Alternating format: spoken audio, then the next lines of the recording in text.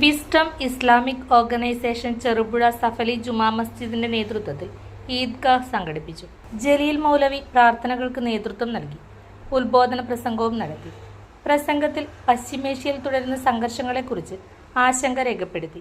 ലോകസമാധാനം നിലനിൽക്കുന്നതിനും മനുഷ്യജീവിതങ്ങളുടെ സുരക്ഷ ഉറപ്പാക്കുന്നതിനും അന്താരാഷ്ട്ര സമൂഹം ഇടപെടണമെന്ന് അദ്ദേഹം ആവശ്യപ്പെട്ടു. വിദ്വേഷരഹിതവും ജനാധിപത്യ മതേതരവുമായ സമൂഹം നിലനിർത്തുന്നതിന്റെ പ്രാധാന്യം പ്രസംഗത്തിൽ ഊന്നിപ്പറഞ്ഞു.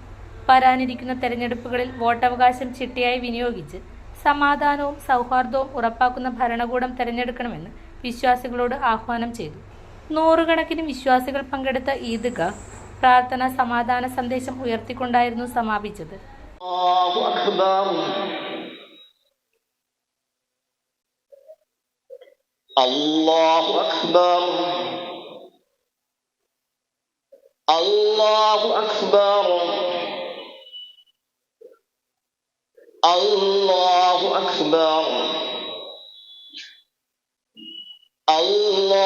അക്ബർ, അല്ലാഹു അക്ബർ. അൽഹംദുലില്ലാഹി റബ്ബിൽ ആലമീൻ അർറഹ്മാനിർ റഹീം മാലികി യൗമിദ്ദീൻ ഇയ്യാക നഅ്ബുദു വ ഇയ്യാക നസ്തഈൻ ഇഹ്ദിനസ് സിറാത്തൽ മുസ്തഖീം സിറാത്തൽ ലദീന അൻഅംത അലൈഹിം ഗൈറിൽ മഗ്ദൂബി അലൈഹിം വലദ്ദാല്ലീൻ. ആമീൻ.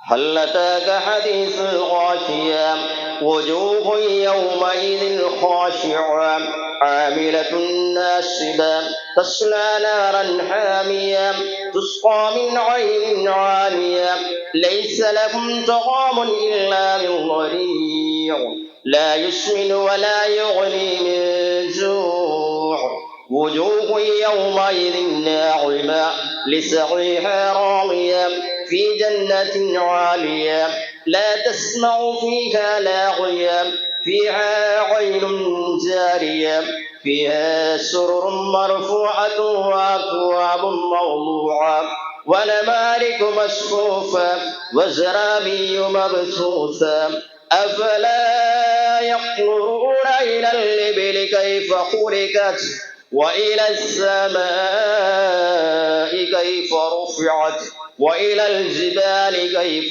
نصبت وإلى الأرض كيف سطحت فذكر إنما أنت مذكر لست عليهم بمسيطر إلا من تولى وكفر فيعذبه الله العذاب الأكبر إن إلينا إيابهم ثم إن علينا حسابهم.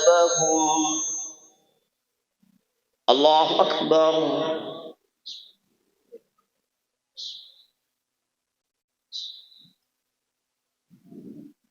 سمع الله لمن حمده. الله أكبر. വേൾഡ് വിഷൻ ചെറുപുഴ മലയോര മേഖലയിലെ ഏറ്റവും വലിയ electronics and home appliances showroom. ലോകോത്തര കമ്പനികളുടെ AC, fridge, washing machine, LED ടിവികൾ, home theatres, mixer grinders, OTG ഓവനുകൾ, gas stove, fan, iron boxes തുടങ്ങി എല്ലാവിധ ഇലക്ട്രോണിക്സ് ഉപകരണങ്ങളും ഗുണമേന്മയോടെ വിശ്വസ്തയോടെ യഥേഷ്ടം തിരഞ്ഞെടുക്കുവാൻ സന്ദർശിക്കൂ world vision electronics and home appliances showroom Cherupuzha.